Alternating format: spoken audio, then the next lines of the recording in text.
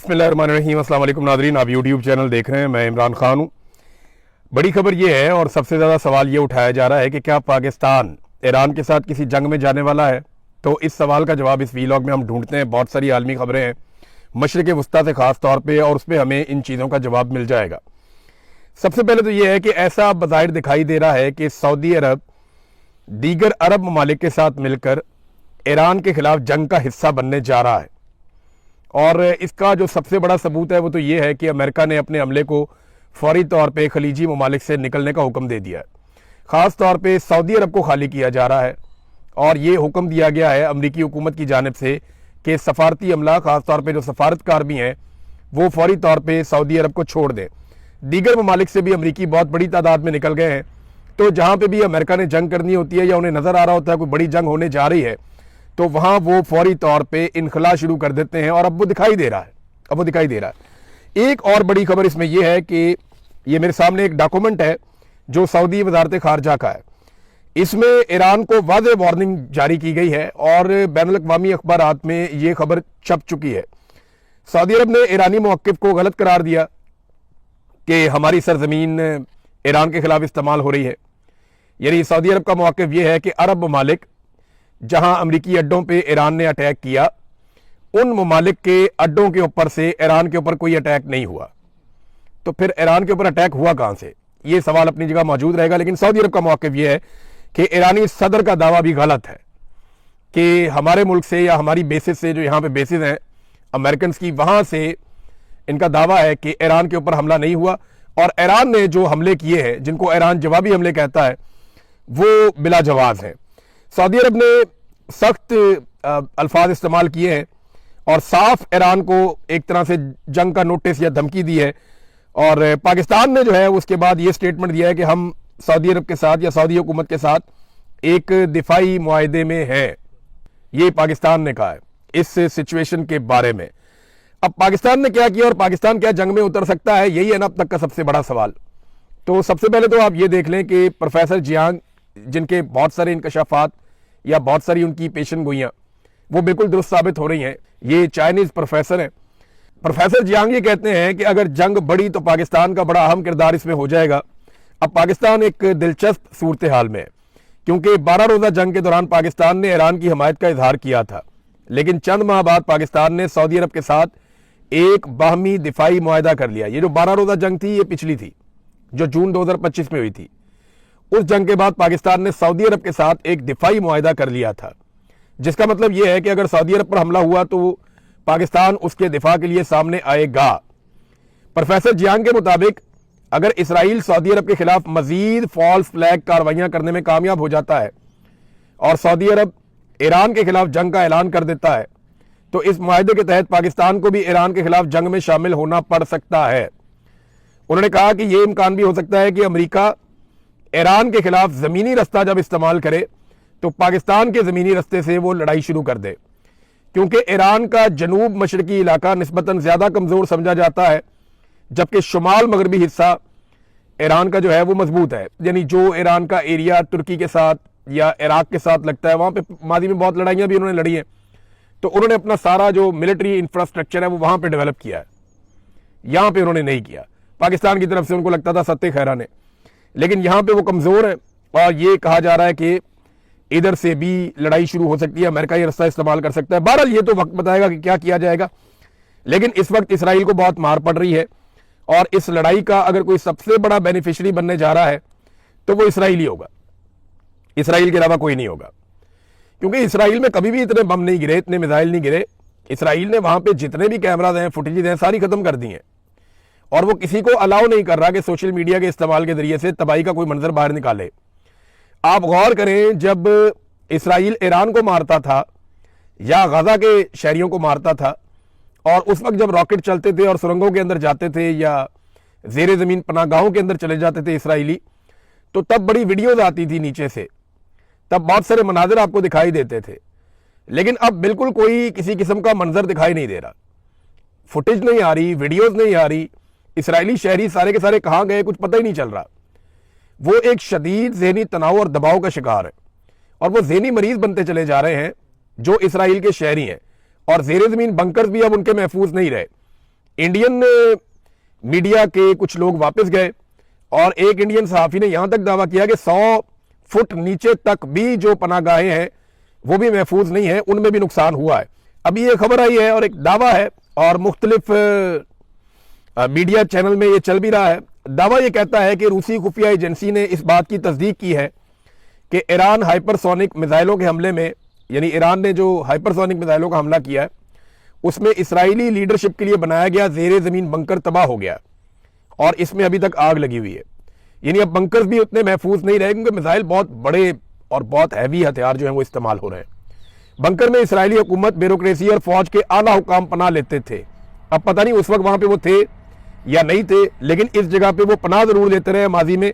अब कितना नुकसान हुआ है क्योंकि इसराइल का कई जगह पे नुकसान रिपोर्ट हो रहा है और हत्ता के लबनान के करीब नुकसान रिपोर्ट हो रहा है, दीगर कई जगहों पे नुकसान रिपोर्ट हो रहा है, बेसिस के अंदर अमेरिका का नुकसान रिपोर्ट हो रहा है, कुछ अमरीकी फौजी पकड़े गए हैं ये भी दावा किया जा रहा है। तो आप सारी चीजों को प्लस माइनस करें तो अमेरिका और इसराइल के लिए अकेले में हालात उतने अच्छे नहीं है। आप नाए हुर्मुज़ बंद होने की वजह से पूरी दुनिया के ऊपर एक दबाव भी है। यूरोप उस तरीके से अमेरिका के साथ खड़ा नहीं हुआ, तो क्या पाकिस्तान खड़ा हो जाएगा? अब पाकिस्तान ने ना इस वक्त कुछ ऐसी डिमांड्स की हैं सऊदी अरब से जो ये बताती हैं कि पाकिस्तान जंग का हिस्सा बनने जा रहा है। मैं ये क्यों आपको कह रहा हूं इसका जरा मैं आपको आसानी के साथ समझा देता हूं। देखिए, सऊदी अरब इस वक्त जंगज़दा मुल्क बना हुआ है, उनकी ऑयल की रिफाइनरीज खतरे में है, अब नाए हुर्मुज़ बंद है, उनकी तजारत भी बंद है, सऊदी अरब के अंदर बम भी गिर रहे हैं और सऊदी अरब के अंदर कारोबारी जिंदगी मुअत्तल है या खराब हुआ है। अब ऐसी सूरत हाल में जब एक मुल्क इतने दबाव में हो तो क्या दूसरा मुल्क उससे पैसे मांग सकता है, उससे माल का तकाजा कर सकता है? नहीं कर सकता ना। ये इखलाकी नुक्ता नजर से भी जायज नहीं है और किसी भी हवाले से आप देखें तो जायज नहीं है।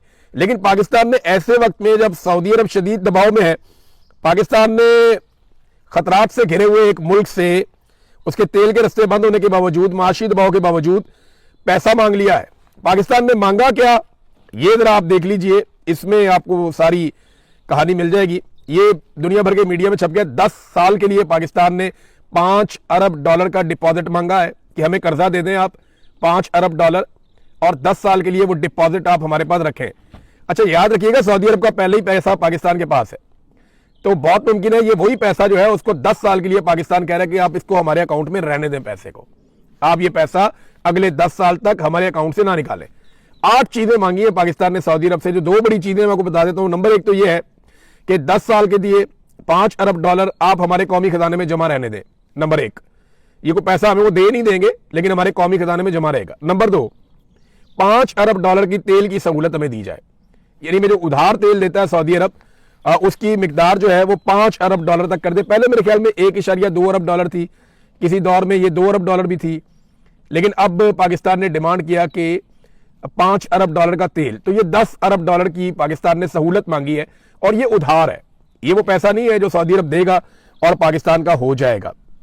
ये एक उधार पैसा है जो पाकिस्तान मांग रहा है। देखिए पाकिस्तान ने करना क्या है, क्या लड़ाई में वाकई उतर जाना है? पूरे पाकिस्तान में लोग एक ही सवाल पूछ रहे हैं ना, पाकिस्तान के पास रास्ता ही कोई नहीं है। आप गौर करें ना, पाकिस्तान एक ऐसे दोराहे पे खड़ा है जहां एक तरफ आर्जी फायदे हैं और एक तरफ मुस्तकिल खतरात हैं। यानी आर्जी फायदा आप ये उठा सकते हैं कि थोड़ा पैसा ले लें, अपनी इकोनॉमी को स्टेबल कर दें, सऊदी अरब के साथ खड़े हो जाएं, और मुस्तकिल खतरात ये है कि फिर आपका एक पूरा बॉर्डर और वल्नरेबल हो जाएगा। आपने इंडिया के बॉर्डर के साथ कभी नॉर्मलाइजेशन नहीं होने दी, ना इंडिया ने होने दी। अब अफगानिस्तान के साथ भी आपका वही पंगा है, रोजाना लड़ाई हो रही है। अब ईरान के साथ भी अगर आप ये करेंगे तो पाकिस्तान का कोई एक बॉर्डर भी महफूज नहीं रहेगा। सिर्फ चाइना का छोटा सा बॉर्डर है और वो महफूज होने की वजह यह है कि हमने उनके पैसे देने। अगर हमने उनके पैसे ना देने हो, वो भी एक दिन आएगा, चाइना कहेगा गवादर हमारे हवाले करो भाई, जो पैसा तुमने लिया हुआ है, इतनी बड़ी अमाउंट आपने $60 अरब के आप चाइना से कर्जे ले रहे थे डेवलपमेंट के नाम पे, अब वो पैसा वापस तो करना है। अगर आप पैसा वापस नहीं करेंगे तो क्या देंगे उन्हें? वो मुझे पता है कि क्या आपको देना पड़ेगा। गवादर जाके देखें चाइना ने कैसा बना दिया और उसको किस तरीके से उन्होंने डिजाइन किया है। एक तरफ तो आर्जी फायदे हैं, मैंने आपको बताया, और एक तरफ मुस्तकिल खतरात है।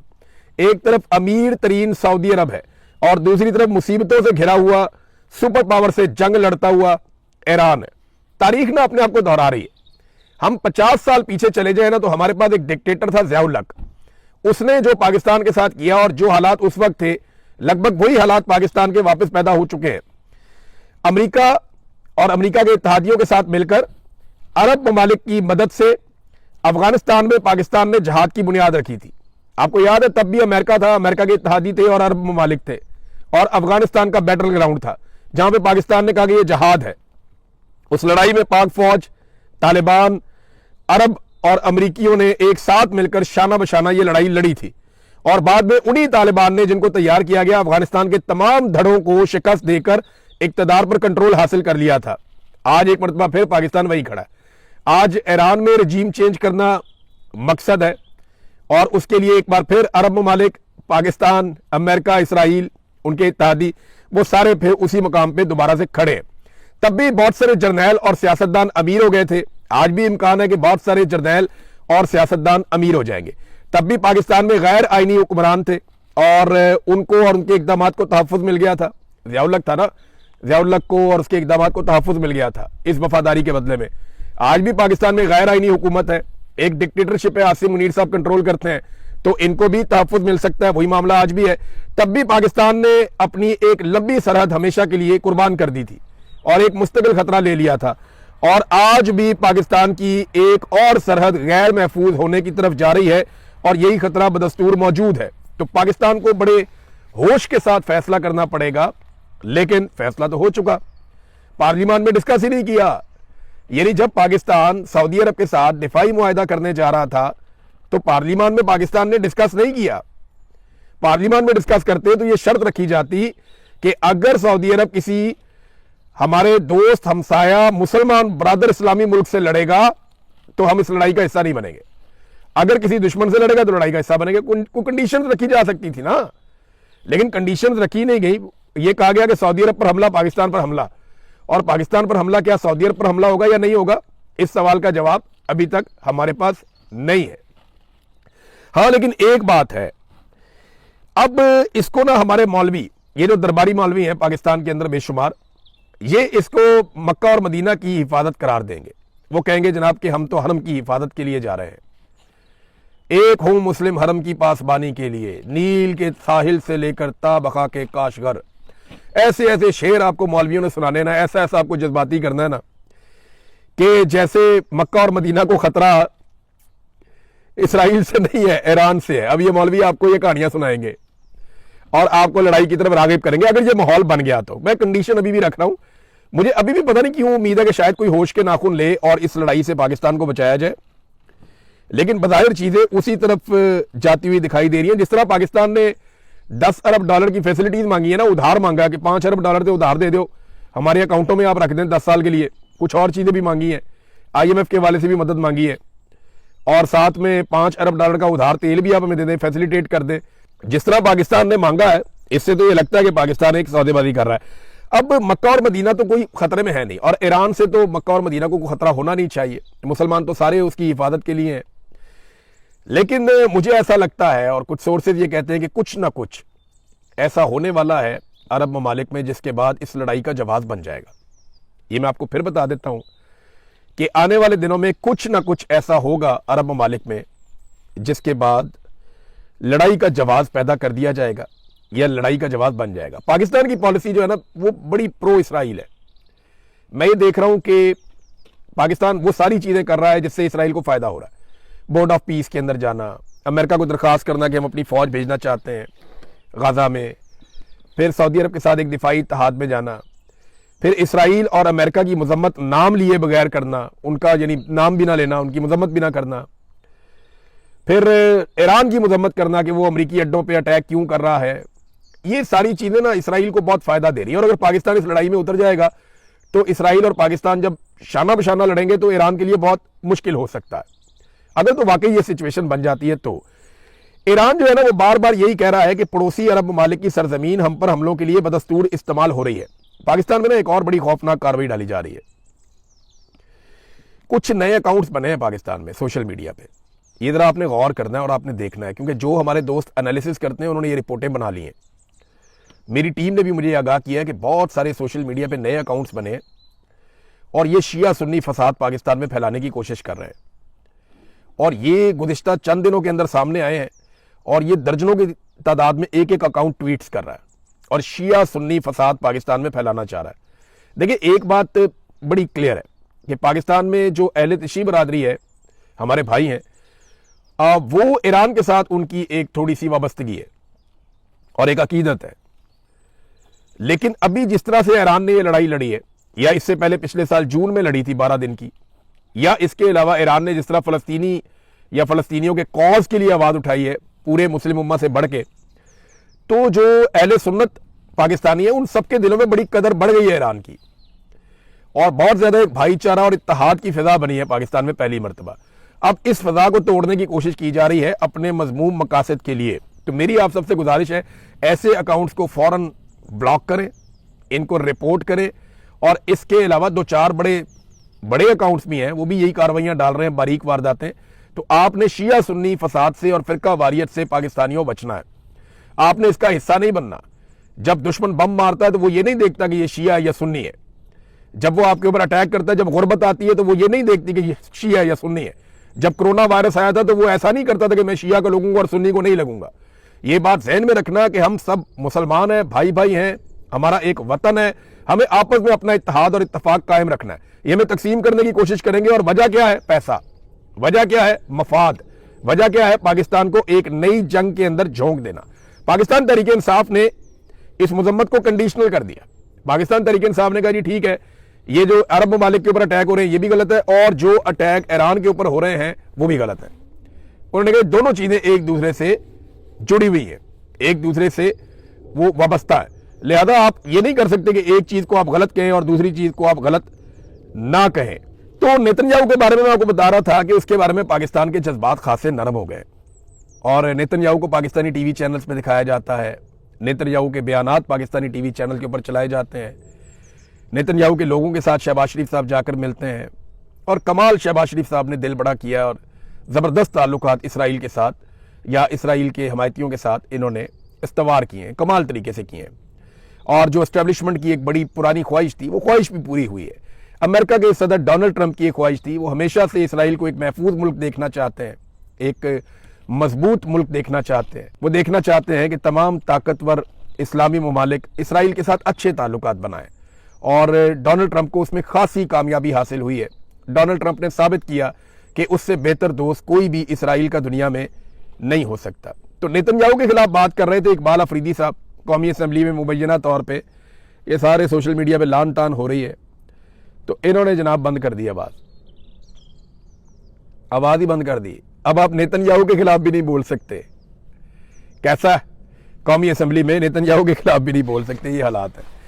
तो नादरीन, अब मैं जाते जाते आपको एक चीज बताता हूं कि हमें चूरन कैसे बेचा गया, और एक दफा नहीं बार बार बेचा गया। थोड़ा अरसा पहले हमें, अब से कोई 1-1.5 महीना पहले हमें कहानी सुनाई गई कि पाकिस्तान का कोई 12 अरब डॉलर कहता था, कोई 15 अरब डॉलर कहता था, कोई 20 अरब डॉलर कहता था कि पाकिस्तान जनाब असला बेचने जा रहा है, हमारे जहाज, हमारी चीजें, हमारे वेपन, हमारे मिसाइल हम दुनिया को बेचने जा रहे हैं। ये अरबों डॉलर की कहानी हमें सुनाई गई, नंबर 1। नंबर 2, फिर दोबारा से हमें एक और चूरन बेचा गया कि जनाब मादनियात इतनी निकल आई है कि मट्टी बेच के अरबों डॉलर कमा लेंगे, 16 अरब डॉलर इधर से आ जाएगा, 250 अरब डॉलर की वो वाली मादनियात पड़ी है, 300 अरब डॉलर की वो वाली मादनियात पड़ी है। हमें कहानियां सुना सुना के इन्होंने मादनियात की कौम को एक और चूरन बेचा।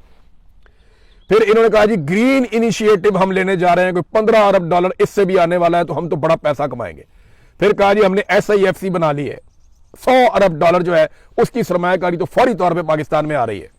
और शहबाज शरीफ ने सरमायाकारी के नाम पे दौरे कर करके बेड़ा गर्क कर दिया इकोनॉमी का, लेकिन टके की सरमायाकारी पाकिस्तान में नहीं आई। ना सरमायाकारी आई, ना कोई दौलत आई, कुछ पाकिस्तान के अंदर नहीं आया। डॉलर डॉलर कर दे, इनका बेड़ा गर्क हो गया। और अब एंड में निकला क्या कि जनाब हमें उधार पैसे दे दें, हम आपकी जंग लड़ लेते हैं। अब तक के लिए इतना ही। अपना ख्याल रखिएगा, अपने इस चैनल का भी। अल्लाह हाफिज़।